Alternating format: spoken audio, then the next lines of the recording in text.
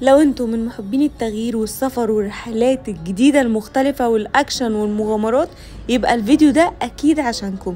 يلا بينا نروح على سيوة كام يوم نفصل فيهم عن العالم الخارجي ونرجع من هناك بني ادمين جداد خلصانين من كل الطاقة السلبية اللي موجودة في جسمنا. البلد دي سبحان الله فيها سحر غريب وطبيعة خلابة ومناظر طبيعية مش هتلاقوها في اي مكان تاني. واحد سيوة جنة الله على الارض. يلا بينا نبدأ البرنامج واقول لكم ايه اللي موجود كفنادق ممكن ننزل فيها او كامبات، وكمان اقول لكم ممكن نعمل ايه في خلال 3 ايام في رحلة سيوة. لو انتوا بقى من عشاق الطبيعة والتغيير والفصلان تماما انصحكم بمكانين في سيوة مفيش غيرهم.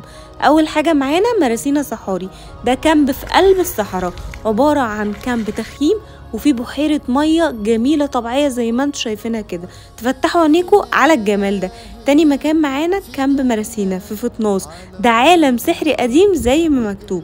يلا مستنيين ايه؟ هسيب لكم ارقام الحجز والتواصل في اول تعليق، ما تنسوش اللايك والشير.